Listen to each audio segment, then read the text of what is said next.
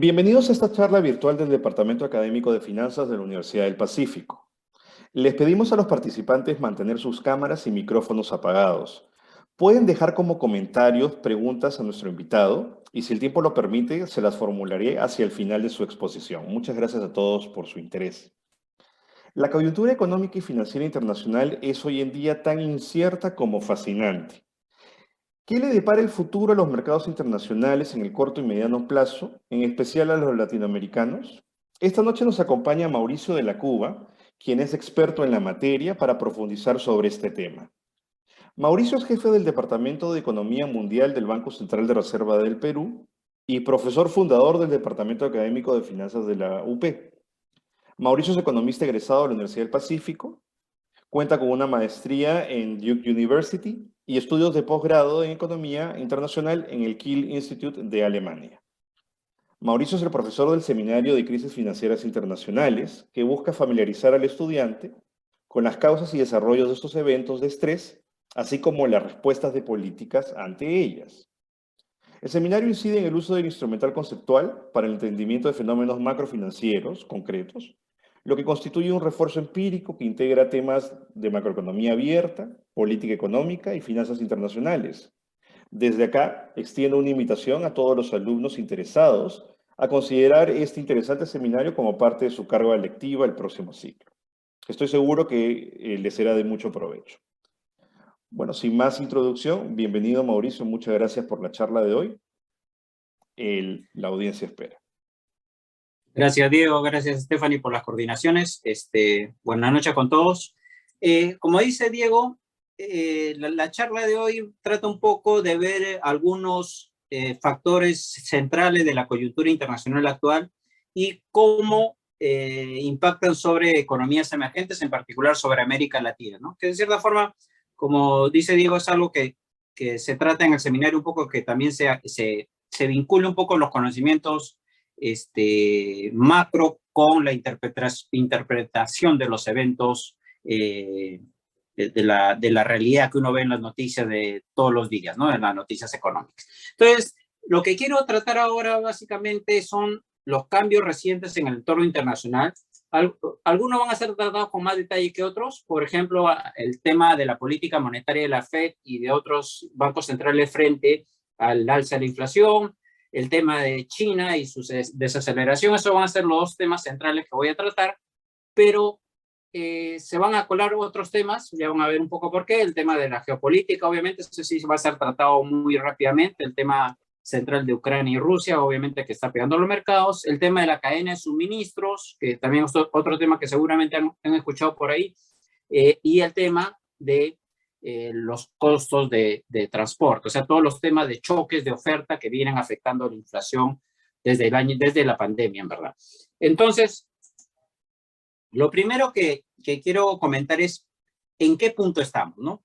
Y el punto en el que estamos es un punto que se ve bien si uno ve el gráfico, un punto de crecimiento, recuperación de la pandemia, se ha sobrepuesto a una caída que no se veía desde la Segunda Guerra Mundial, desde fines de los años 40, y se ha rebotado como era de prever, se ha crecido fuerte, ¿no? Con una ligera caída en el estimado de crecimiento del PBI para el 2022, que es lógico porque obviamente el impacto más grande es el impacto que se ve en el año 2021 porque es un efecto rebote en parte, ¿no? Y también lo que se ve, y es interesante demostrar, es cómo con la pandemia nunca hubo un episodio de tanta sincronización en el ciclo económico, ¿no? Excepto con la Gran Depresión. Más del 95% de las economías simultáneamente en el año 2020 tuvieron una recesión, una caída en el PBI per cápita. Y eso nuevamente para el 2021 se revirtió completamente, casi menos del 20%, o sea, el 80% de los países está en estos años post pandemia registrando un crecimiento en el PBI per cápita, ¿no? Entonces, eso es lo que se ve a simple brochazo con la data de crecimiento agregado. Pero si vamos más allá, ¿por qué un poco se ha mejorado el año 2021 y también para el 2022? Como habrán escuchado, pues ha habido políticas monetarias recontra expansivas, ¿no? Los bancos centrales disminuyendo las tasas a mínimos, incluso cero, tasas negativas, inyectando liquidez, las políticas fiscales muy expansivas, tirando el salvavidas porque era una situación de emergencia, y también recientemente el mejor control de la pandemia. Si bien algunos países de Asia están todavía con problemas, en Europa se están empezando a levantar las restricciones, en América Latina con la fuerte vacunación y la menor letalidad del Omicron también parece ir en buen camino.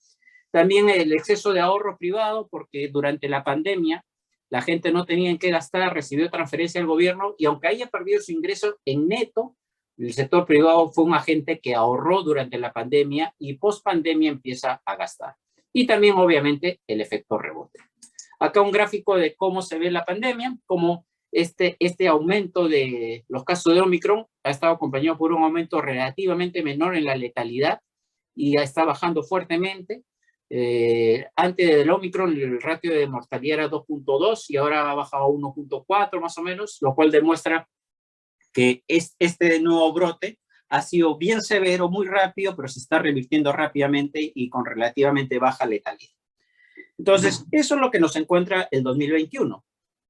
Sin embargo, si uno se pone a ver algunos puntos de preocupación, es lo primero, ven este gráfico, ahí vemos que la proyección de crecimiento del Fondo Monetario en enero, les recuerdo que el Fondo Monetario publica sus informes 2 veces al año, marzo y abril, en marzo o abril, y en septiembre u octubre. Pero también hace actualizaciones o updates de sus estimaciones en enero, o sea, el mes pasado, y en julio. Y en enero del mes pasado, en enero de este año, perdón, ha revisado a la baja el crecimiento mundial de 4.9 a 4.4, revisando fuertemente a la baja a 2 países, Estados Unidos y China. Y un poco eso lo vamos a ver, ¿no? Y también es importante recordar que a veces uno dice ya superamos el bache de la pandemia, pero si vemos por regiones, América Latina, que es esta la que estamos viendo ahorita, si uno ve la performance de América Latina, la caída del 2020 y la recuperación del 2021, lo que vemos que es un retroceso de casi 10 años, ¿no? Comparándolo con otras regiones, incluyendo Asia emergente, que ya está, como vemos acá, superó rápidamente los niveles prepandemia. Entonces, ¿qué preocupa hoy en día a la economía? Está rebotando, está creciendo, se está saliendo del bache de la pandemia, pero entran riesgos. Y precisamente lo que dice el Fondo Monetario en su informe de enero, el informe del mes pasado, nos da pautas, algunos lineamientos como para centrar un poco esta charla. Lo primero que dice el Fondo Monetario, como siempre tiene titulares muy redondos que resumen la perspectiva de la economía, dice que hay un peligro por el retiro anticipado de los estímulos monetarios frente a las fuertes presiones inflacionarias que está habiendo, y también problemas en la cadena de suministros, y el otro factor de preocupación es China, que se está desacelerando fuertemente. Entonces, justamente esos 2 temas van a ser los centrales en la charla de ahora. Es decir, si vemos de una manera de índice, vemos que lo primero que vamos a tratar es el ajuste de la política monetaria en las economías desarrolladas, luego la desaceleración de China, otros riesgos que lo he puesto al final, porque obviamente el tema de Ucrania y Rusia es bien importante, pero será una mención marginal.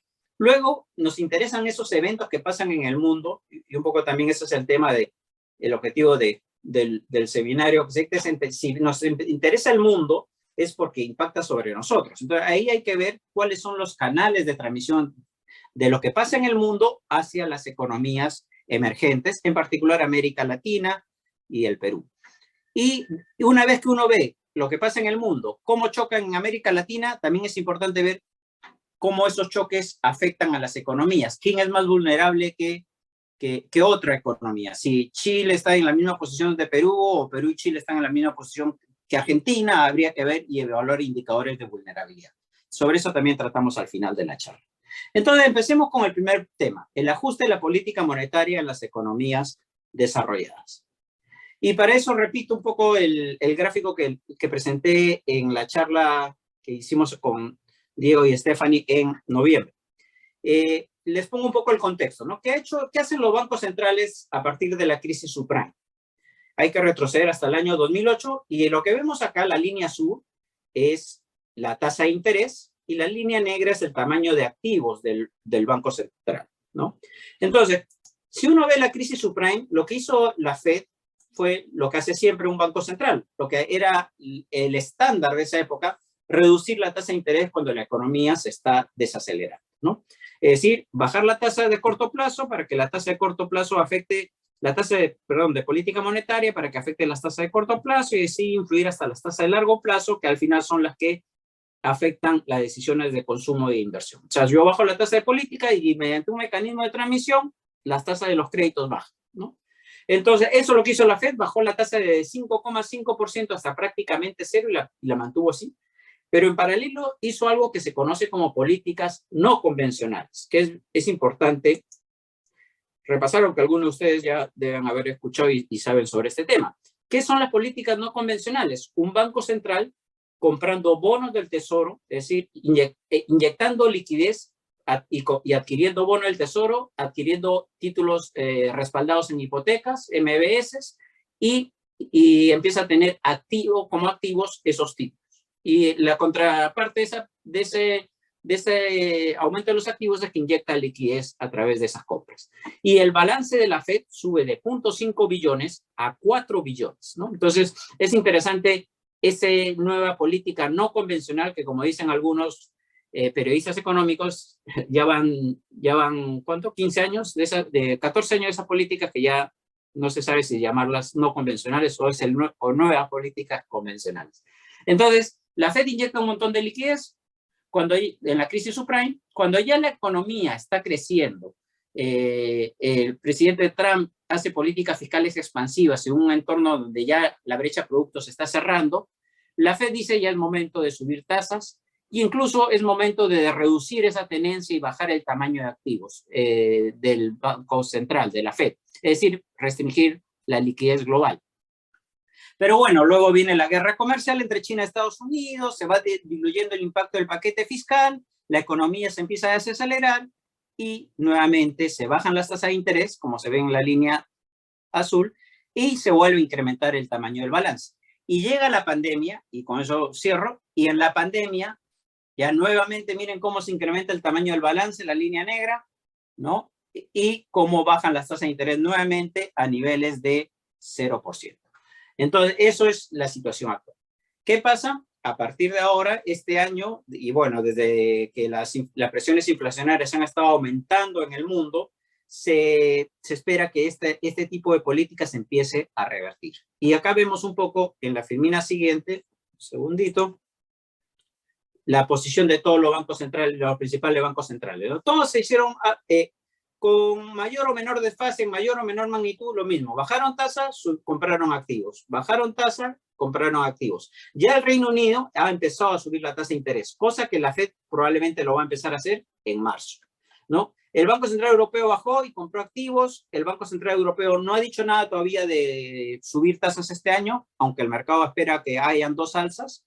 Y lo que sí ha dicho que esto va a empezar a estabilizar el tamaño de activos, ese es su compra de activos. Acá, volviendo al Reino Unido, miren cómo esta pequeña puntita acá muestra que ya el Reino Unido no va a realizar más compras de activos, ¿no? A lo más renovará los vencimientos, pero ya su tamaño del balance ya va a permanecer estable. Y bueno, y Japón es el país de los 4, si lo medimos en términos del PBI, es el país recontra expansivo que todavía va a seguir siendo expansivo por un tiempo más, porque su economía es la que menos presiones inflacionarias tiene, la que todavía tiene problemas estructurales para lograr una inflación o cierta credibilidad inflacionaria, por decirlo de alguna forma, ¿no? Ya lleva entrampado desde el año 92, 93 en un problema de recesión, deflación y falta de anclaje de las expectativas inflacionarias hacia niveles normales, digamos, ¿no? Nadie cree en cierta forma que Japón genere inflación. Es un problema muy diferente al que están enfrentando los otros 3 bancos centrales. Entonces, ese es el brochazo. ¿Por qué empieza a subirse las tasas de interés? En gran medida porque la economía se está recuperando y a la vez hay unas presiones inflacionarias al alza. Si ven la línea azul, lo que llama la atención, todo el mundo está con presiones inflacionarias.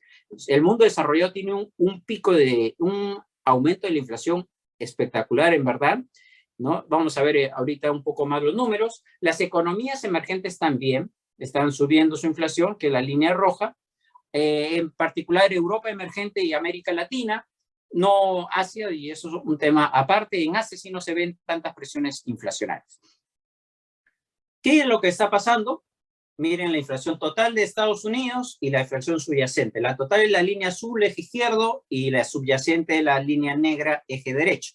Es importante acá, también nuevamente algunos de ustedes ya lo conocen, pero otros tal vez no, distinguir lo que es la inflación total de la subyacente. En todos los países desarrollados y también emergentes se está viendo que la inflación total y la subyacente están al alza, ¿no?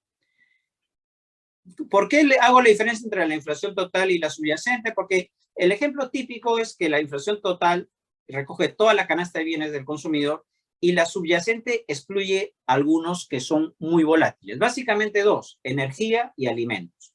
¿Por qué? Porque pongámonos un caso típico, el caso de un huaico que impacta sobre la oferta de alimentos, la inflación, el precio de los alimentos sube un mes, la inflación se dispara. Sobre eso, un banco central no debería actuar porque es un choque temporal de oferta. Entonces, para recoger bien una inflación más vinculada a la política monetaria, a la posición de la brecha producto, se utiliza la inflación subyacente, ¿no? Y lo que vemos es que la inflación total en Estados Unidos está en niveles récord en 40 años, ¿no? Desde los años 82 que la Fed tuvo que subir su tasa de interés hasta 20%, o sea, un ajuste increíble en esa época para consolidar su credibilidad inflacionaria con Paul Volcker. En Reino Unido, la tasa de inflación hay que retroceder hasta la época en que el Reino Unido estaba vinculado tenía un gran problema inflacionario y se había metido al sistema monetario europeo para anclar expectativas y tener políticas monetarias más creíbles. De esa época que la inflación no llegaba a 5,5%. En el caso de la eurozona, la inflación está en su récord histórico de que existe la eurozona de 5,1%. Bueno, y Japón, como les digo, es un poco una historia aparte. Tal vez estoy avanzando un poco rápido, igual les he dejado mi correo ahí en la presentación, muchachos, cualquier cosa a través del correo o tal vez a través del departamento les puedo pasar alguna información adicional. Prefiero soltar más información con el riesgo de que queden algunas dudas que ponerles menor información. Si vemos, por ejemplo, la inflación en los países que tienen metas explícitas, lo que vemos es, lo que está sombreado, casi todo, son los países donde la inflación ha excedido el rango meta, ¿ya? Entonces, lo que vemos acá, por ejemplo, es Estados Unidos con la inflación por encima del rango meta, Perú, Brasil, Chile, todos con una inflación que está por encima del rango meta, y acá es el nivel desde cuando no se veía una inflación tan alta, ¿no? Y acá se ve, por ejemplo, nuevamente que en Estados Unidos la inflación no se veía una inflación tan alta desde hace 40 años y en todos los países es nivel de récord. En Europa emergente también se ve lo mismo, bastante inflación, obviamente en las economías desarrolladas, y en Asia es un caso particular, que si hay tiempo lo comentamos después. Bueno, entonces ya vamos viendo que la inflación está al alza, tanto la total como la subyacente, pero más la inflación total. ¿Por qué? Porque la inflación total está más afectada por choques de oferta. ¿Cuáles han sido los choques de oferta? Que no solamente afectan la inflación, también afectan el producto. Entonces es interesante porque los bancos centrales en cierta forma entran en cierto dilema. ¿Cuáles son los choques de oferta que han venido experimentando la economía mundial durante la crisis, a partir de la crisis subprime? Son una sucesión de choques de oferta, ha sido como una tormenta perfecta. Es primero escasez de insumo y problemas en la cadena de suministros, que se los voy a contar a través de un caso emblemático, por decirlo de alguna forma, que es el tema de los chips o los semiconductores. Otro choque es el que ha habido en el costo de transporte, no solamente el costo de transporte, la demora en los fletes, de la carga marítima, los retrasos, el tiempo de permanencia de los buques en los puertos, de los barcos en los puertos, etc. Luego la escasez de mano de obra, que también hay veces que no ha habido en Reino Unido personal para servicios fundamentales para mantener la actividad económica, como choferes, por ejemplo, de transporte público, etc. También precio de la energía. Sabemos que los precios de la energía, el gas y carbón y petróleo han estado subiendo, y con estos desarrollos recientes es posible que sigan altos, ¿no? Me refiero al conflicto entre Rusia y Ucrania, y también los precios de los alimentos al alza. Entonces voy a hablar brevemente sobre estos choques. O sea, como le dije, voy a aprovechar para meter de contrabando, por decirlo de alguna forma, estos temas, porque también son de coyuntura. Entonces, primero, el tema de la cadena de suministros. Es interesante porque lo que viene enfrentando el mundo son choques temporales de oferta, pero aunque suene medio paradójico, medio confuso, lo que se está viendo es una permanente presencia de choques temporales de oferta. En un momento fueron los semiconductores, después pues, resulta que la gente en la pandemia empezó a mejorar sus casas y no habían laminados de madera. Hay productores de vinos que tienen el vino, pero no hay envases para el vino, y así se suceden una serie de choques de oferta que afectan obviamente la producción, pero también el nivel de precios. Acá tengo el ejemplo más relevante posiblemente por el impacto sobre el crecimiento y sobre la inflación, que es el tema de los semiconductores. ¿Qué pasó con los semiconductores durante la pandemia? Pasó lo siguiente, que se dejaron de producir autos, obviamente en la pandemia se cerraron plantas y la gente lo último que pensaría durante la pandemia es comprarse un auto, cae la producción de autos y entonces aumentan la demanda por semiconductores, por chip de unas industrias mucho más sofisticadas. La gente empieza a trabajar en su casa, necesita computadoras más, teléfonos inteligentes, también se empiezan a desarrollar autos eléctricos, todo eso viene montado, o sea, todo lo que es la mayor demanda por chips se acelera durante la pandemia, pero ya venía con un impulso desde atrás, con toda esta tecnologización, digamos, de una serie de actividades. Entonces, aumenta la demanda por chips de otras industrias, disminuye la demanda por semiconductores de autos y se deja de producir los chips de autos, y al contrario, se producen semiconductores mucho más sofisticados, mucho más chiquitos, mucho más caros, más rentables, y resulta que cuando la producción de autos se vuelve a normalizar, ya no hay industrias que les abastezcan de los chips, porque si bien hay un montón de industrias tecnológicas, muchas industrias que diseñan los semiconductores, son muy pocas fábricas de semiconductores, porque son ingente de cantidad de dinero para invertir en una planta. Entonces observa un choque de oferta bastante severo y los carros empiezan a no tener un insumo central para su fabricación, que son los chips. Tanto así, y acá les pongo un dato de julio a agosto de este año, me tapa un poco la pantalla, de julio de este año, donde se observa que la inflación de 5,4, de esa inflación, el choque de oferta de la falta de semiconductores hizo que la gente no pudiera comprar un auto nuevo porque faltaban chips para producirlo. Empezó a demandar autos usados. Y el precio del auto usado en ese mes subió, en ese mes la variación anual de los carros usados fue 45%. Y es interesante porque eso está dentro de la inflación subyacente, porque no hay ni alimentos ni energía, que son los rubros que se excluyen de la inflación total para construir la subyacente. Entonces, esto es un componente de la inflación subyacente que aumenta 45% y que lleva a la paradoja que el precio de los autos usados incluso llega a estar por algunos semanas por encima de los autos nuevos. Todo el mundo quiere la marca de auto de su preferencia, aunque sea usado. Entonces, ese es el primer choque sobre la inflación. La cadena de suministro, que he puesto solo un caso que de semiconductores, pero hay muchos casos más. El segundo caso importante es lo que ustedes han escuchado sobre todo el costo logístico, el transporte. Acá hay un indicador, el Baltic, que es para carga seca, pero hay otros indicadores que muestran este salto es bien fuerte en el tema de los costos de transporte. Y no solamente los costos de transporte, también hay problemas para que las mercaderías se trasladen, o sea, demoras, retrasos, días de permanencia en el puerto, como les he contado. ¿Qué factores impulsan el alza en los fletes? Varios factores. Primero, una recuperación económica rápida de China, que empieza a exportarle a todo el mundo, pero como sabemos, China exporta mucho al mundo, pero importa poco del mundo. Entonces, los contenedores van llenos con la mercadería de China hacia Estados Unidos, por ejemplo, pero regresan vacíos.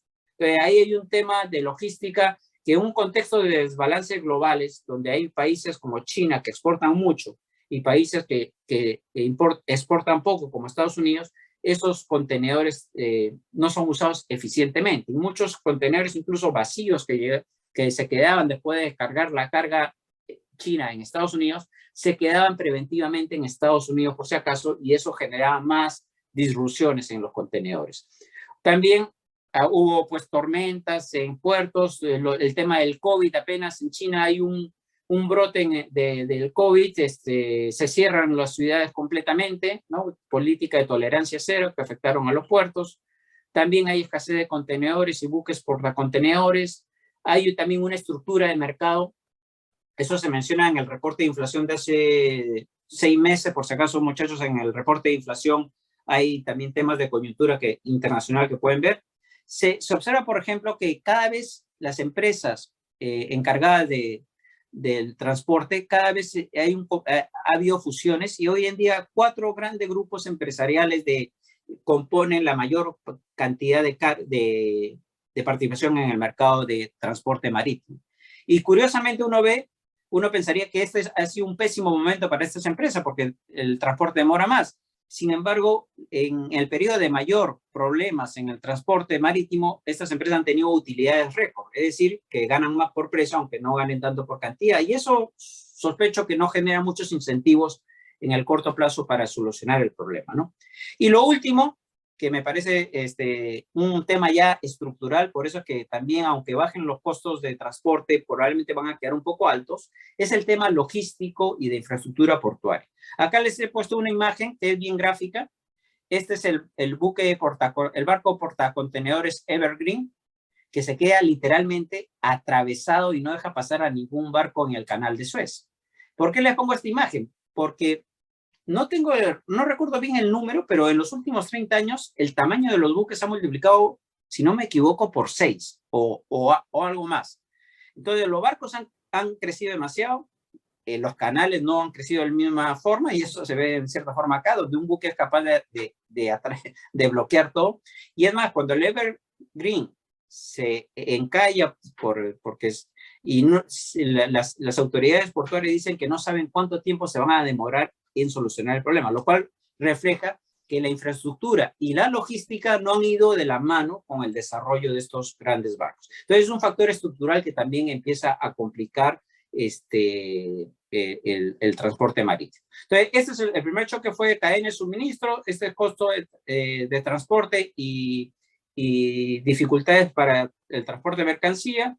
El tercer choque de oferta vienen 2 en 1, que es el de arriba, es el precio del gas y de la energía, y el precio de los alimentos, que también sigue al alza, y que posiblemente van a seguir al alza. Acá unas noticias vinculadas, el conflicto de Ucrania con Rusia hace prever que presiones al alza se mantendrían en el gas y en el petróleo.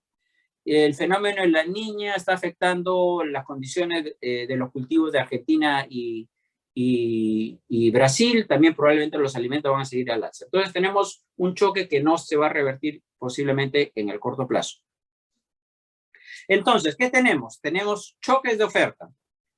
Si fueran temporales, estrictamente temporales, y duran poco y lo identificamos fácilmente como el huaico que afecta la llegada de alimentos a la capital y sube el precio de los vegetales o de cualquier legumbre, por eso no actuaría un banco central si fuera un choque temporal. Sin embargo, si es un choque que afecta el producto potencial, porque ya vemos que hay muchas industrias que no están recibiendo los insumos, y ahí uno empieza a pensar si es que la política monetaria debe actuar. Y tercero, si afecta expectativas inflacionarias, aun cuando sea un choque de oferta, los bancos centrales actúan para anclar expectativas, ¿no?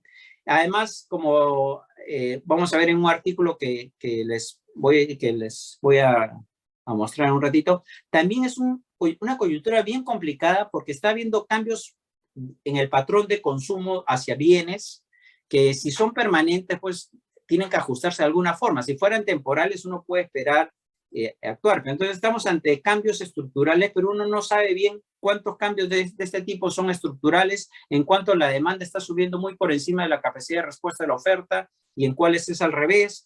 Entonces estamos en un momento bien complicado para la decisión de la política monetaria. Hasta hace poco los bancos centrales más grandes decían que los choques de oferta iban a durar el primer semestre, y ahora dicen que estos choques van a permanecer un tiempito más, probablemente todo el segundo semestre. Bueno, pero lo que sí es cierto es que la inflación, las expectativas de inflación están al alza. Estas expectativas de inflación acá se presentan como la diferencia entre el rendimiento de un bono nominal y un bono indexado a la inflación, y la diferencia de eso es la expectativa de inflación. Y vemos que todos los países tienen inflación al alza, no tan altas, o sea, la inflación de Estados Unidos y de Alemania a 5 y 10 años no está tan alta, pero sí en el Reino Unido está por encima de 4%. Para una meta de 2%, obviamente que acá sí las expectativas están preocupando. Y es precisamente el banco que primero ha subido tasa de los grandes bancos centrales de la eurozona, Inglaterra y la FED. El de Inglaterra es el que ya viene subiendo tasas. En gran parte debe ser por este tema de que las expectativas de inflación se pueden desanclar con más facilidad.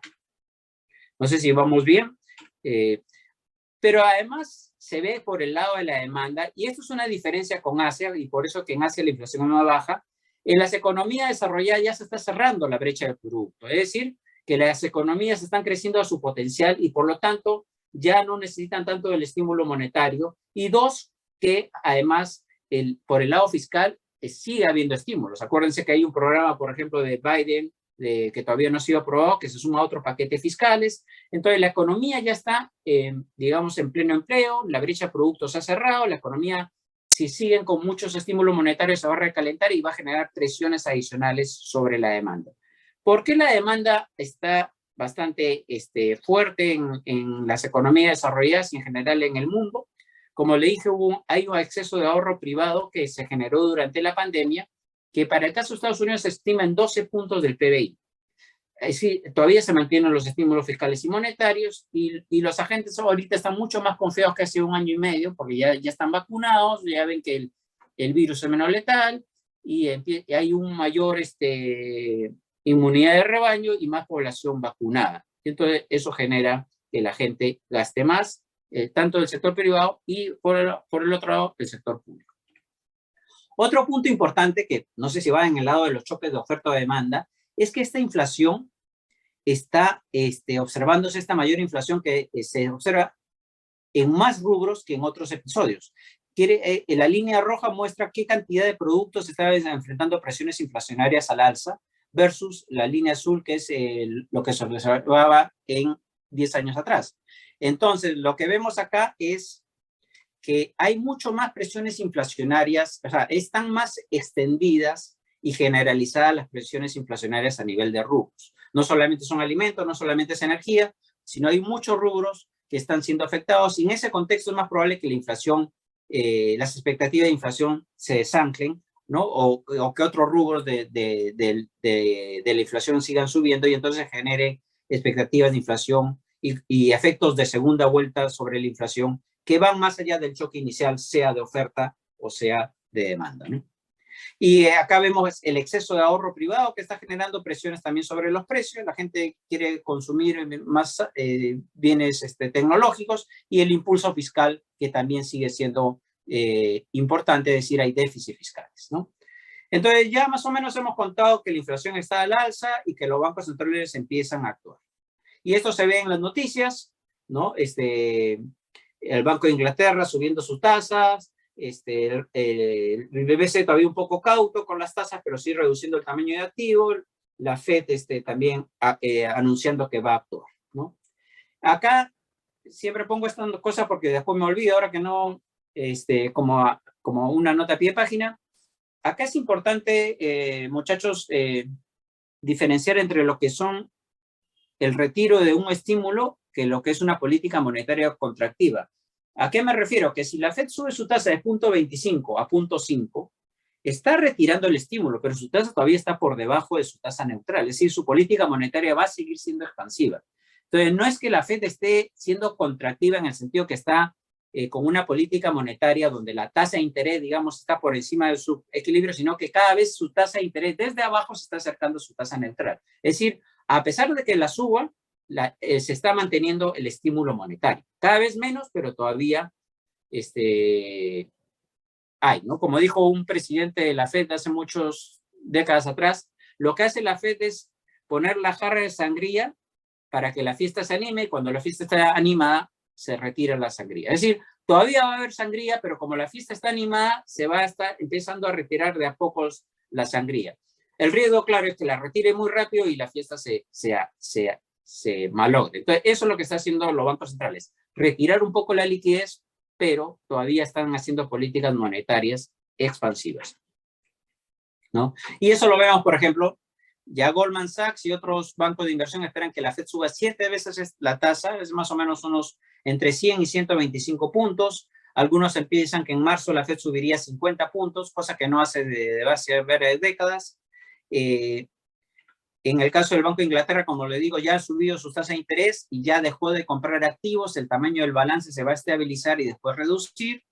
En el caso de la eurozona, si bien el Banco Central Europeo, Christine Lagarde, ha dicho que no va a subir tasas todavía, el mercado está esperando dos alzas de 25 puntos y también se espera que deje de comprar activos, el tamaño de los activos se empiece a estabilizar o a reducir. Y el que sí va a mantener estímulos por un buen tiempo todavía es Japón. Y el Fondo Monetario también habla de lo mismo en enero, en su reporte de enero dice sobre el dilema que enfrentan los bancos centrales, hay que retirar el estímulo, pero ojo, si lo retiras muy rápido puedes complicar la recuperación económica, ¿no? Y por otro lado, también dice algo muy cierto, que cada banco central es un dilema diferente, ¿no? Y lo que vemos a la derecha son las noticias, por ejemplo, que demuestran también un poco este panorama complicado de choques que no se han visto antes. Dentro de la Fed hay posiciones diferentes, hay algunos que dicen que no hay que subir tan rápido, otros dicen que hay que subirlo incluso antes de la próxima reunión, fuera de reunión, otros dicen que hay que subir 50 puntos en marzo y otros dicen que todavía no tanto. Entonces, la Fed tiene sus dilemas. También ha salido este artículo en el Financial Times sobre las decisiones difíciles del Banco Central, porque uno puede tener la idea de que hay que subir la tasa, esa es la orientación. La pregunta es, ¿qué tan rápido la subo? ¿Cuántas veces la subo? ¿A qué nivel la subo? ¿Cuánto la subo en cada vez que me reúno? Entonces, aun cuando tú sepas hacia dónde apunta la política monetaria, la intensidad y la velocidad es todavía, en cierta forma, un arte, ¿no? Sobre estos temas, Diego conoce más, que ha trabajado en la parte de política monetaria en el banco. No estoy eludiendo las preguntas, Diego, pero ahí ya saben que lo tienen cerca en la universidad. Y también acá hay un artículo que habla sobre qué está pasando hoy en día. O sea, la inflación es una inflación rara porque es por unos cambios estructurales en los patrones de consumo. Es un artículo un poco, digamos, motivador para la discusión. Bueno, entonces, ¿qué significa que la Fed retire el estímulo monetario? Implica, y el mundo en general, que va a haber menos dólares, ¿no es cierto? Si subes la tasa de interés, primero, vas a incentivar que la gente se vaya del Perú, de Colombia y Chile y ponga su plata en Estados Unidos. Eso en primer lugar. Luego, o sea, si sube la tasa de interés, mayor rentabilidad de los activos en dólares. Segundo lugar, a ver, un segundito. En segundo lugar, si yo reduzco la compra de activos, si yo como Banco Central compro menos bonos, voy a inyectar menos liquidez en dólares. Si el Banco Central Europeo hace lo mismo, va a inyectar menos euros y entonces el mundo va a tener menos liquidez. Pero además hay un efecto interesante, que es que retiro del estímulo se hace a través de menos bonos. Es decir, el Banco Central va a dejar de comprar bonos. Al dejar de comprar bonos, va a hacer bajar el precio del bono y va a aumentar el retorno, ¿no? Eso, acuérdense, la relación inversa entre el precio y rendimiento, ¿no? Entonces, ¿qué pasa? Los bancos centrales va a haber menos liquidez en dólares y en divisas en el mundo, pero a la vez esa menor liquidez está generando un cambio en precios relativos, abaratando los bonos porque los bancos centrales no van a comprar bonos. Y eso es importante porque consideren que, por ejemplo, en la eurozona, el Banco Central Europeo tiene como 40% de los bonos del gobierno, del saldo de bonos de los estados. Reino Unido algo parecido. Japón tiene 42, 45%. Tiene casi 100% del PBI, el Banco Central, en activos en deuda pública, ¿no? Entonces, el peso de los bancos centrales en el mercado de bonos es bien importante hoy en día. Esto empezó, les recuerdo, con la crisis subprime. Entonces, los bancos centrales retiran liquidez y a la vez cambian los precios relativos y abaratan los bonos del tesoro. Y entonces, en general, debe haber menos entrada de dólares a las economías emergentes, ¿no? Y es interesante este gráfico que encontré por ahí, donde se ve que hay una relación inversa entre el retorno de los bonos. Cuando el retorno de los bonos está alto y el precio bajo, salen capital en la región. ¿Por qué? Porque ven que los bonos del Tesoro americano son un activo barato, que aunque no de mucho cupón, dado que está barato, lo compro. Entonces pueden salir capitales de economías emergentes hacia comprar activos tipo bono del Tesoro americano, ¿no? La buena noticia es que, como vimos en la charla de noviembre, muchas veces los agentes económicos se anticipan. Si bien la línea azul muestra que la Fed no ha subido su tasa de interés, el mercado ya ha ido anticipando un poco el alza de las tasas de los bonos del Tesoro. Y miren que esta alza de los rendimientos del Tesoro se da a pesar de toda la incertidumbre geopolítica que debería llevar a una mayor demanda por bono del Tesoro americano, a subir el precio y a bajar el rendimiento. A pesar de todos los conflictos geopolíticos, hoy en día los mercados han ido ajustándose y han ido haciendo unas ventas, lo que se conoce como sell-off de bonos soberanos de Estados Unidos, y ya los rendimientos se están ajustando antes de que la Fed suba tasa. Y eso es lo que suele pasar. ¿Por qué? Porque hay un tema muy importante en la política monetaria, que es la comunicación. Los bancos centrales le van comunicando lo que van a hacer y entonces van guiando los mercados, y muchas veces más importante que la decisión de subir tasa o de comprar activos es lo que va diciendo antes los bancos centrales a los agentes económicos, ¿no? Ya dicen, ya pronto voy a subir, voy a ajustar mis condiciones monetarias, y los mercados se van ajustando a las señales que da la Fed. Y bueno, muestra de ello es que hace poco nomás habían como 17 billones de bonos con rendimiento negativo, bonos soberanos básicamente. Es decir, que si yo tenía un bono y lo mantenía, compraba un bono en esta época y lo mantenía hasta el vencimiento, tenía un retorno negativo. Es decir, 18 billones. La cantidad de bonos con rendimiento negativo ha caído a menos de 8 billones a 7 billones, de 17 billones a 7 billones. Quiere decir que cada vez hay menos bonos que dan retorno negativo, ¿no? Eso quiere decir además que cada vez los bonos están más baratos. ¿Qué bonos mantienen rendimiento negativo? Básicamente bonos de Japón y de Alemania, ¿no? De estos 7 billones, más o menos 4 serán de Japón y 3 de Alemania. Entonces, un poco he tratado rápidamente lo que es la parte de la política monetaria. Ahora pasamos al siguiente punto, que es el riesgo de la desaceleración china. No sé si estoy hablando, bueno, creo que sí voy a acelerar un poquito. La desaceleración de China. Primero, es un dato nomás medio anecdótico, pero siempre es bueno ponernos en perspectiva. Perú creciendo sostenidamente, Chile creciendo sostenidamente, China creciendo sostenidamente. Si sobreponemos los tres gráficos, esta es la realidad de nuestros países de América Latina, y China es un país que crece en forma espectacular, ¿no? ¿Por qué China ha estado creciendo a tasas de 10%, incluso previo a la crisis subprime, tasas espectaculares de crecimiento? Y China representa 19 billones de dólares de PBI, por debajo de Estados Unidos.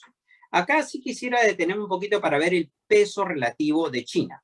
Es decir, China vemos que es el segundo país en tamaño si lo medimos en dólares corrientes. Pero el problema de medirlo en dólares corrientes se puede ver en este ejemplo. Por ejemplo, imagínense que Estados Unidos y China producen la misma cantidad de bienes. Dos unidades del bien 1, 2 unidades del bien 2.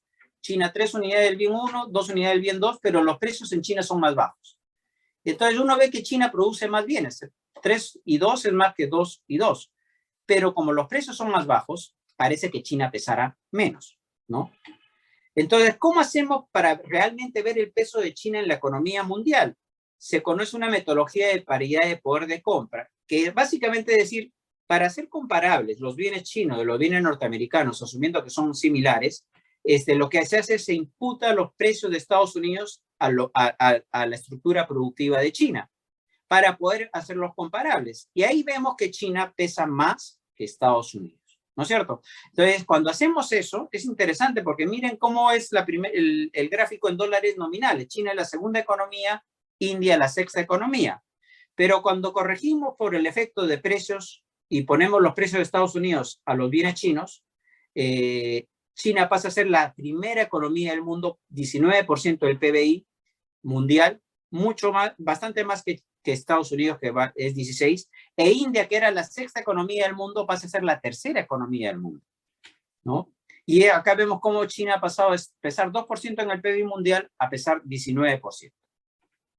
Ahora, igual nos queda una pregunta. ¿Por qué China, si pesa 19% del PIB mundial, consume 50% del cobre? Y eso es bien importante para entender las preocupaciones sobre la desaceleración de China. Si pesa 19% del PIB mundial, pero consume 50%, uno pensaría que debería consumir proporcional a su participación en la economía mundial. Y eso es bien importante porque implica la importancia de China. China consume 50% del cobre refinado del mundo porque su patrón de crecimiento es un patrón de una economía que crece fuerte y se está urbanizando. Más casi la mitad de ese 50%, o sea, el 25% de todo el cobre del mundo se usa para las redes eléctricas, porque es un país en vías de urbanización. Y otra parte importante es construcción. Es decir, que no importa solo el crecimiento de China per se, implica estos sectores, ¿no? Y sobre esto vamos a volver un ratito. Entonces, China se está desacelerando. Creo que esto sí lo paso rápido, lo pueden ver ustedes. Hay varios factores que se están por los cuales se está desacelerando. Han escuchado ustedes el tema de Evergrande y otras inmobiliarias que se están frenando, que han entrado en problemas de pagos, que tiene, por ejemplo, Evergrande tiene 200.000 millones de pasivos, que básicamente están respaldados por activos que son viviendas, que si tienen que pagar deuda van a tener que liquidar un montón de viviendas, el precio de la vivienda va a caer y va a afectar a todo el sector inmobiliario. China también está enfrentando un menor dinamismo en su sector exportador porque durante la pandemia le exportó a todo el mundo, incluyendo artículos vinculados a la pandemia, test, mascarillas, después vacunas. Ese boom exportador estuvo también impulsado por la pandemia. En el año pasado también ha habido regulaciones estatales del gobierno hacia empresas. Al principio se pensaba que eran las empresas tecnológicas para que no difundan mucha su información en los mercados norteamericanos, un poco por todo este tema de la guerra comercial, pero también ha habido muchas medidas del gobierno sobre otros sectores, como educación, como entretenimiento, que hace pensar que hay cierta regulación que puede desincentivar un poco la actividad privada. Ha habido escasez de energía, quisieron limitar el uso de carbón por contaminar, se quedaron sin energía, han tenido que volver al uso de carbón, más el tema del gas, etcétera. Y también la política de tolerancia cero frente al COVID, que al principio funcionó, pero ahora preocupa, digamos, que un país al primer brote cierre la economía y nunca vaya a llegar a su inmunidad de rebaño, ¿no? Entonces, Hong Kong y China, por ejemplo, apenas ven un brote, cierran la economía para evitar que ese contagio aumente, ¿no? Pero por otro lado, China todavía tiene margen para políticas anticíclicas. Paso rápidamente acá, vemos. Les recomiendo este video que habla un poco sobre cuál es la nueva estrategia del gobierno frente al sector privado. Este es un video bien ilustrativo. Ahí está el link. Y otro tema de largo plazo es, todavía, a pesar de toda la guerra comercial, China le vende un montón a Estados Unidos. Es un tema que da para una charla completa, la guerra comercial, pero esta guerra comercial ahora se va más hacia el lado tecnológico. Como sabemos, por ejemplo, los chinos iban a poner la red 5G en Reino Unido y Reino Unido dijo ya no. Y así, este tema de la guerra tecnológica es bien importante. Estados Unidos le vende un montón de chips a China. ¿Qué pasa si no les provee de chips? Y todo eso es bien importante porque se viene probablemente una guerra tecnológica en un país que cada vez va creciendo menos, acumulando más capital. Es decir, es un país que ya no va a crecer más por acumulación de factores. Ya ese ICOR alto, que es un concepto que algunos de ustedes conocen, está reflejando que la economía ya no puede crecer más acumulando factores. Necesita un boom de productividad, ¿no? Entonces, si viene la guerra tecnológica, a China la puede complicar en su crecimiento. China va a empezar a crecer 5% cuando hace unos años crecía 10%. Y bueno, acá también he puesto esta pregunta antes que me olvide, me voy a olvidar, ¿quién toma la posta de China? Lo importante es que si China deja de crecer, hemos visto que el patrón de crecimiento de China influye sobre los commodities. Si la posta la toma Estados Unidos y empieza a producir los bienes que antes producía China, Estados Unidos no va a tener un patrón de urbanización como el de China, porque ya está urbanizado, obviamente. En cambio, si la posta de China la tomara Vietnam, que viene creciendo espectacularmente gracias a su apertura comercial y su integración al mercado mundial, si la posta la tomara Vietnam, India, que tiene menos urbanización que China, Pakistán, Bangladesh, Indonesia, eso sería muy bueno para los metales. En cambio, si China deja de producir y empieza a producir esos bienes Estados Unidos, eso ya no es tan buena noticia para los metales, porque esos países tienen ya su proceso de urbanización prácticamente completado. No va a haber muchas redes eléctricas que construir, a diferencia de China, ¿no? Bueno, pero lo bueno es que China tiene una inflación bien baja, el Banco Central está haciendo políticas monetarias expansivas, y el gobierno también, a pesar de que su deuda ha estado subiendo, todavía se da margen para anunciar paquetes y políticas a favor de la infraestructura. Eso puede limitar un poco el impacto de la desaceleración china. Ahora sí, nos pasamos a lo que sería, cómo nos encuentra esta crisis mundial. Es decir, tenemos dos canales normalmente. La política monetaria de la Fed la solemos asociar al choque financiero, ¿no? Es decir, menos capitales, menos dólares que entran en la economía o dólares que salen de la economía y regresan a Estados Unidos. Y el crecimiento de China lo solemos asociar a términos de intercambio, es decir, a los precios de exportaciones entre precios de importaciones y a los volúmenes de comercio. Esto es una separación un poco arbitraria porque en verdad están bien interrelacionados. Por ejemplo, si Estados Unidos retira el estímulo monetario, va a haber menos dinero comprando commodities con propósitos no comerciales, es decir, por especulación.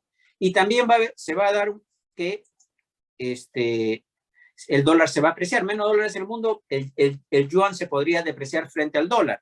Y eso es un tema que impactaría sobre los precios de los commodities. ¿Por qué? Porque si el yuan se aprecia frente al dólar, se deprecia frente al dólar, el precio en yuanes de los commodities se va a ver afectado. Es decir, a los chinos les va a salir más caro comprar cobre cuando su moneda se deprecie. Y eso lo vemos en una relación que puede tener un componente espurio, ¿cierto? Pero vemos que cuando la moneda de China se aprecia, el precio del cobre sube. Cuando la moneda china se deprecia, el precio del cobre cae, ¿no? Un poco por esta relación que vemos acá, ¿no? Si el yuan se deprecia, el precio en yuanes del cobre sube, cae la demanda del cobre porque el precio en yuanes del cobre ha subido, y el precio en dólares se tiene que ajustar. El tema acá es que los precios de los commodities están fijados en dólares, entonces este impacto es importante. La depreciación o apreciación del dólar en los mercados internacionales juega o tiene impacto sobre el precio de los commodities. Por otro lado, si China se desacelera en forma fea, digamos, hay un colapso del mercado inmobiliario, no va a haber solo canal comercial, va a haber también canal financiero. Los mercados se van a asustar, van a salir capitales de economías emergentes, se van a refugiar en activos seguros. Entonces, China no es solo el canal comercial y la Fed no es solo el canal financiero. Sin embargo, como siempre pasa, o como muchas veces pasan, los hechos van refutando lo que se podía esperar. Uno diría, la Fed elevando el estímulo, retirando el estímulo monetario, China desacelerándose, ¿qué debería pasar con las monedas de la región? Se deberían depreciar. Y lo que vemos acá es que las monedas de la región se han estado apreciando. Esta subida quiere decir que la moneda de la región contra el sentido común, digamos. Después le encontramos algunas explicaciones, pero inicialmente uno pensaba que las tensiones geopolíticas, la menor liquidez global, la desaceleración en China iba a pegar a las monedas de la región. Lo que vemos es que las monedas se están fortaleciendo respecto al dólar, cuando el dólar respecto a la canasta de divisas estaba relativamente estable. ¿Qué está pasando? Está yendo contra la intuición. Y lo que puede ayudar a explicar eso es lo siguiente. Este es un artículo de Bloomberg donde se dice que muchas monedas de la región se están fortaleciendo en parte por los siguientes factores. Primero, que los bancos centrales de la región están subiendo sus tasas de interés, mucho más que lo que pueda intentar hacer la FED este año. Mira, en Brasil, la tasa de interés antes de la pandemia, mínimo de la pandemia, y mínimo su tasa de interés actual.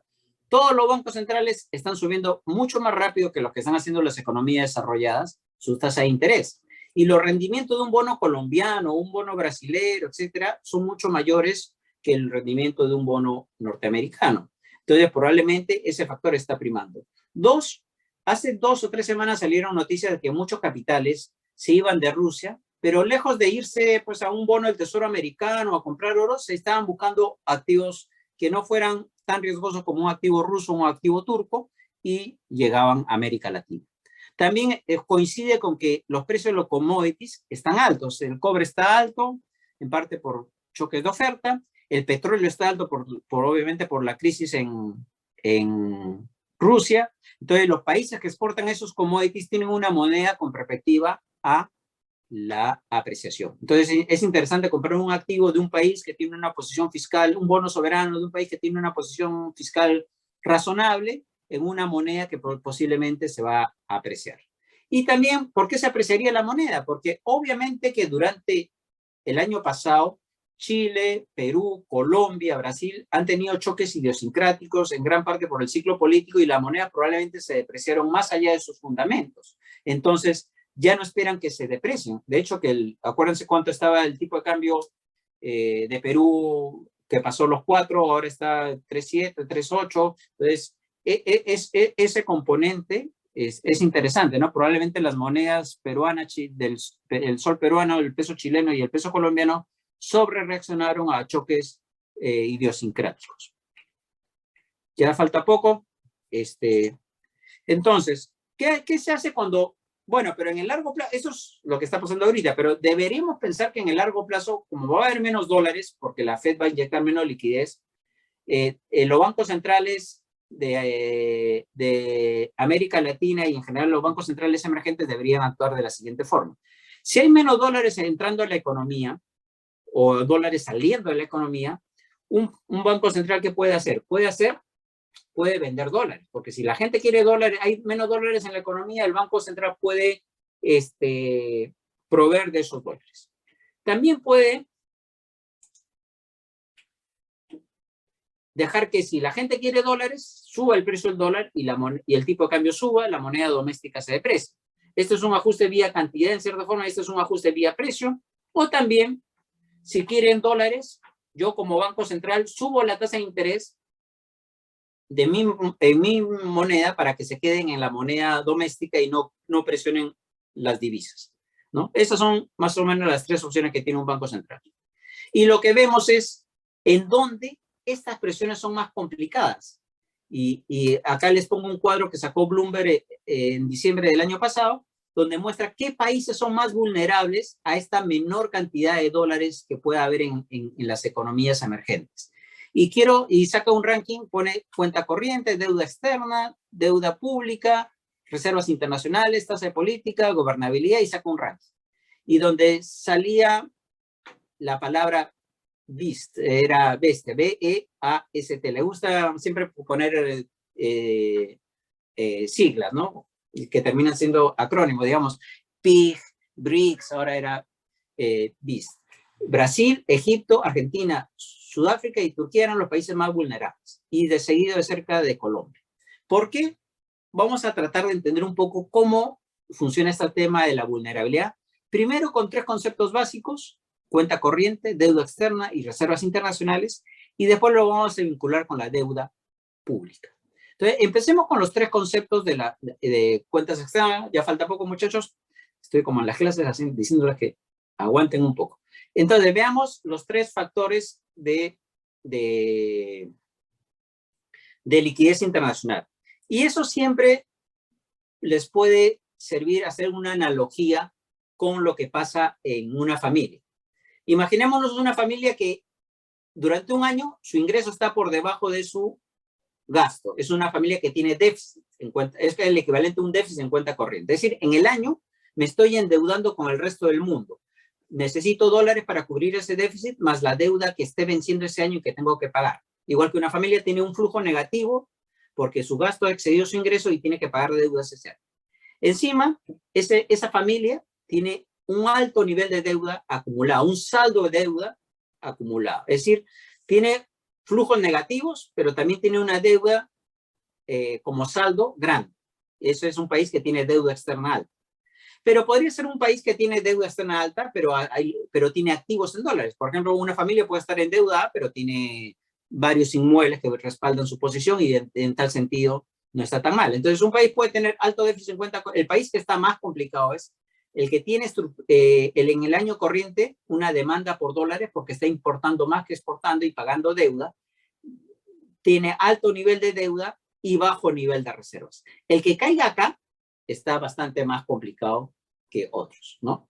Entonces, más o menos, un poco siempre la analogía con una situación de presupuesto familiar ayuda a entender porque mal que bien la economía se comporta con ese tipo de raciocinio. Entonces, y encima le vamos a añadir otro factor que es el alto nivel de deuda. Entonces, este es el ranking, el mismo ranking que sacó Bloomberg, lo actualizó en enero, y a Colombia, que estaba cierto, lo puso cuarto, pero se mantiene más o menos los mismos. Argentina y Turquía son los dos países que del 2018 están en problemas, porque, digamos, necesitan demasiadas divisas y tienen que ajustar de alguna forma, tasa de interés, reservas o tipo de cambio, ¿no? Y Perú está en una posición relativamente tranquila, ¿no? Cerca, por encima de Chile y México. Entonces, para terminar, ¿qué pasó, por ejemplo, para entender cómo se ajusta y por qué hay más peligro en Argentina y Turquía? Recordemos qué pasó en el 2018. En el 2018 pasó algo muy parecido a lo que puede pasar este año. La Fed subiendo tasa, expectativa de que suba tasa y guerra comercial. Hizo caer el precio de los commodities e hizo que los capitales América Latina no entraran. Entonces, ¿qué pasa? Hay una escasez de divisas, ¿no?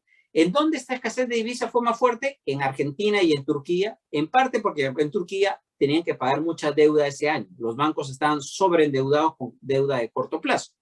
Entonces, nuevamente, cuando tú tienes exceso de dólares, puedes tratar de vender dólares o puedes dejar que el valor del dólar suba o elevar la tasa de interés. Y lo que hizo Argentina en el 2018 es un artículo que hicimos con Marlon Malpartilla, también de la universidad, y José Sañero, donde vimos más o menos cómo en el 2018 habían respondido los bancos centrales haciendo una combinación de estas tres opciones. Argentina, subiendo su moneda, depreciándose 50%, perdiendo 40% de reservas y subiendo su tasa de interés 44 puntos. Es decir, todo un cóctel de políticas que definitivamente tienen un impacto bien importante. Veamos, por ejemplo, esto. Argentina y Turquía. ¿Cómo tuvo que subir la tasa de interés Argentina? Argentina la subió la tasa de interés desde 20 y tantos hasta 80%. Eso es obviamente recesivo. Y su tipo de cambio pasó de 20 pesos por dólar hasta 40 pesos por dólar y después ha subido hasta 60 pesos por dólar. Todo este ajuste ha sido bastante costoso. La gente endeudada en dólares, imaginarán, alguien que se endeuda con el sistema bancario, las tasas de interés suben. Alguien que está endeudado en el sistema bancario y en moneda extranjera, peor todavía, y eso genera recesión, ¿no? Igual Turquía tuvo que subir la tasa y depreciar su moneda, y también obviamente salían caricaturas al respecto, ¿no? ¿Y dónde entra a tallar el tema fiscal? Eso lo conté en la charla de noviembre. Imagínense un país como Argentina o como Brasil que tienen deuda alta, pública. Si tienen un choque externo negativo, van a entrar menos divisas a ese país. ¿Cómo enfrentas ese tema de las divisas? Las presiones depreciatorias subiendo el tipo de cambio o elevando tasas. Si eleva la tasa de interés, genera recesión.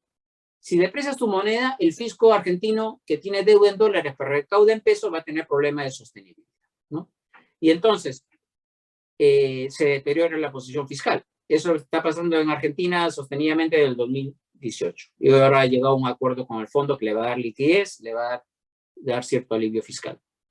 Eso también lo pusimos en la charla de noviembre, donde en qué países ha habido un deterioro en la deuda pública entre el 2012 y el 2020, o en qué países ha aumentado la vulnerabilidad externa. Vemos que todos los países han deteriorado su posición fiscal, porque la pandemia obligó a eso, pero la posición externa se ha deteriorado más en Argentina. Entonces, en los últimos 8 años, lo que ha habido es un deterioro más grande en la posición externa y en la vulnerabilidad externa y en la posición fiscal de Argentina. Entonces, por eso es que un poco ha llegado a esta situación complicada. Fuera de América Latina, Turquía es otro país complicado, Egipto también, ¿no? Y bueno, los otros riesgos ya rápidamente lo he añadido al final.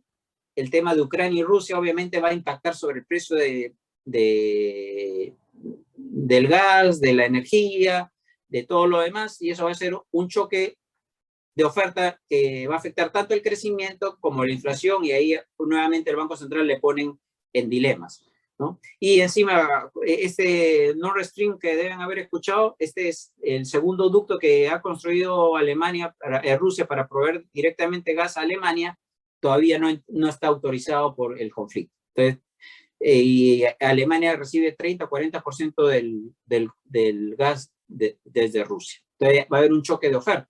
El precio el aumento de los costos de energía, por ejemplo, ha hecho que muchas refinerías de zinc en Europa cierren. Y eso es un choque que eleva el precio del zinc. O sea, los commodities están en parte apoyados por choques de oferta. Y eso, disculpen que me alargue, pero es importante distinguir, porque, por ejemplo, si hay un choque de oferta en el cobre, en el refinado de cobre, porque una empresa china no produce, ojo, nosotros exportamos concentrado. Entonces, si sube el precio del refinado porque hay menos refinación de China, ese precio alto del refinado no necesariamente va a ser tan buena noticia para un país productor de concentrado. La buena noticia es cuando el precio del refinado sube porque hay más demanda del mundo. Entonces, claro, si el mundo demanda más refinado, la refinería china va a demandar más concentrado. Entonces hay que también tener cuidado cuando el precio del cobre sube refinado por un choque de oferta o un choque de demanda.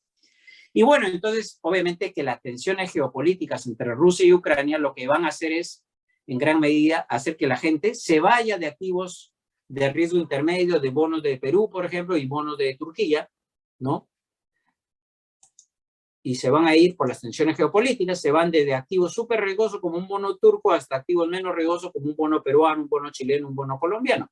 Pero también puede darse que algunos inversionistas hagan esto, se vayan de Turquía, se vayan de Rusia y se estacionen en economías más sólidas como Perú, Chile, Colombia, ¿no? Que tienen posición fiscal más sólida, en particular Perú y Chile, y monedas que están relativamente estables, ¿no? Bueno, muchachos, disculpen si me excedí, pero quería cerrar los temas. Diego, no sé, tú manejas los tiempos. Stephanie, gracias. Muchas gracias a ti, Mauricio, por una excelente presentación, muy entretenida, a pesar del montón de información, pero muy clara realmente. Yo quiero hacerte una pequeña pregunta para cerrar. Voy a tratar de resumir una pregunta que hemos recibido de la audiencia. Es sobre la política monetaria en el Perú. Yo sé que tu presentación ha sido más sobre el contexto internacional, pero obviamente el contexto internacional está afectando de manera muy decisiva al Perú. Mencionabas que uno puede de alguna manera anticipar la dirección que va a tomar la política monetaria pronto, aunque es más difícil, o las sorpresas pueden venir más en la rapidez y en la magnitud en la que esta dirección se concreta. Y en el caso del Perú, ciertamente, los últimos incrementos de la tasa de interés creo que han sido particularmente rápidos y grandes, ¿no? Lo que de alguna manera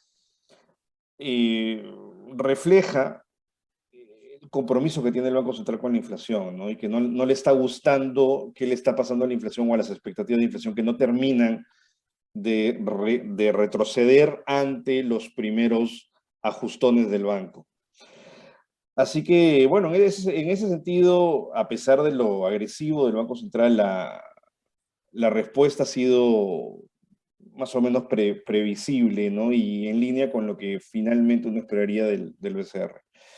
Pero ¿cómo ves el próximo año, Mauricio, en términos, por ejemplo, de crecimiento, ¿no? O sea, la intención del banco de retirar el estímulo monetario creo que es bastante clara, porque no va a aguantar que la inflación en un contexto tan complicado se complique más aún. Pero ¿cómo lo ves en términos de crecimiento? En un trade-off de corto plazo de política monetaria. Buena pregunta. Justo una de mis tareas era leer el comunicado de la última reunión. Porque como tú sabes, digo, yo veo el mundo menos Perú, así que yo lo sé, por eso. Quería ver eso. Justo tú querías que yo respondiera estas preguntas, pero yo te las estoy devolviendo. Sí, no, es perfecto. Lo que vemos es que, por ejemplo, la tasa de Perú, el retiro de estímulos, si lo vemos en una perspectiva comparada, no es tan agresiva como obviamente Brasil, que ya tiene una inflación de más de 10%, donde ya se erosiona. También, ojo, que la inflación también tiene un efecto recesivo, ¿no? Por erosionar la capacidad de los salarios. Entonces, eso también es recesivo per se, ¿no? La inflación. Lo que yo he visto en los comunicados del Banco Central es que tiene cuidado en decir si esa alza es o sea, lo que es el forward guide, ¿no? Habría que ver si en el último comunicado ha dicho, esta alza es parte de un ciclo de ajuste, y a veces lo quita y dice, esta alza, no, la decisión a posteriori va a estar sujeta a la evolución de la data, ¿no? Entonces, ahí no hay una tendencia clara. Entonces, cuando dice eso el Banco Central, quiere decir que está ajustando, está anclando expectativas. Felizmente que la credibilidad del banco es sólida, pero obviamente tiene que preocuparse de que de anclar expectativas, de mantener ancladas las expectativas. Eso es un tema. En segundo lugar, también hay que ver que con el alza de la inflación, la tasa de interés real no está evolucionando, digamos, en el mismo sentido. O sea, la tasa de interés real de Perú debe estar en niveles negativos, Claro. ¿no? Entonces, esos factores se toman en cuenta a la hora de hacer la decisión. Y tres, en verdad, el gran componente del crecimiento debería ser, obviamente, el dinamismo de la inversión privada, que obviamente va a depender más de que cualquier retiro del estímulo monetario. Ojo, que ese estímulo todavía, ¿no? O sea, como decíamos, no es una política monetaria contractiva, es una política monetaria menos expansiva. No tengo el dato de cuál es la tasa de interés neutral, tus ex colegas del área de modelos deben tenerla, pero obviamente no es digamos, una política monetaria que esté siendo contractiva, probablemente menos expansiva que antes. Pero si lo descontamos el efecto de la inflación, ahí tenemos que parte de esa alza se licua con el aumento de la inflación. Y bueno, el dinamismo del crecimiento debería venir por la inversión privada, que eso va a depender más de los desarrollos políticos futuros, y ahí el Banco Central no puede eternamente mantener un estímulo, como tampoco lo puede hacer un gobierno, mantener indefinidamente el estímulo. En la parte de política fiscal, por ejemplo, hemos tenido la suerte de empezar la pandemia con niveles bajísimos de deuda pública, se ha podido hacer estímulos. La pregunta es hasta cuándo pueden durar esos estímulos. Y por parte del Banco Central, la parte de haber tenido tasa de interés en un nivel relativamente razonable para poder bajarlas, tener también el encaje como otro instrumento, ha tenido también un nivel de posición de reservas internacionales importante. O sea, se ha actuado siempre preventivamente en la fase expansiva, acumulando reservas, ¿no? Elevando la tasa si la actividad estaba muy fuerte, y ahora que siguiendo un poco el ciclo global, como todos los bancos centrales de América Latina, como no traje el cuadro del ciclo de alzas, pero es una tendencia global el alza de tasas, ¿no? Si ya empezaron las economías desarrolladas, las emergentes han empezado mucho antes, excepto Asia, que es la que más se está demorando porque su inflación no es todavía un problema. Europa emergente ha sido súper agresiva en la elevación de tasas. Y en América Latina, Perú, digamos, su alza es razonable si la comparas con otros países como Chile, como Colombia, como México y sobre todo Brasil. Bueno, Brasil, como te digo, 10% de inflación ya es un choque real de la inflación. No sé si es un poco ecléctico, pero y el próximo año los choques externos van a estar bien inciertos, porque hasta hace 2-3 meses decía los choques de oferta global en la cadena de suministro, eso se soluciona en el segundo semestre y la inflación va a bajar. Y ahora dicen que no van a bajar tan rápido, los choques van a demorar un poco más, ¿no? Entonces, estamos en un ambiente de que la política monetaria está actuando, pero está mirando y explorando, y salen cosas debajo de la alfombra que no se esperaban. Como te digo, estamos en un mundo, Estados Unidos o el mundo desarrollado sobre todo está enfrentando una permanente sucesión de choques temporales, como te digo. Y eso está afectando pues el diseño de la política monetaria, ¿no?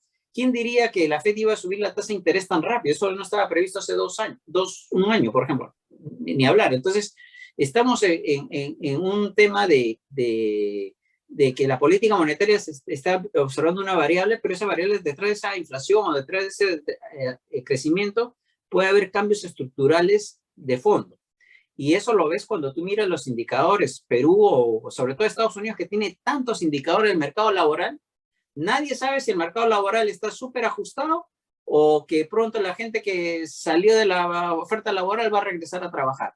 O sea, no puedes tener a más indicadores, más confusión. Es curioso. Entonces, estamos ahorita en tiempos recontra inciertos de manejo de política monetaria, y en verdad el Banco Central de Perú también va a estar en ese entorno de hacer y mirar, y habría que ver si el comunicado ha dicho que va a seguir subiendo. Probablemente a veces dice eso, a veces dice que no, a veces dice que es condicional a la evolución de la data, que es probable lo que están haciendo la mayoría de bancos centrales, ¿no?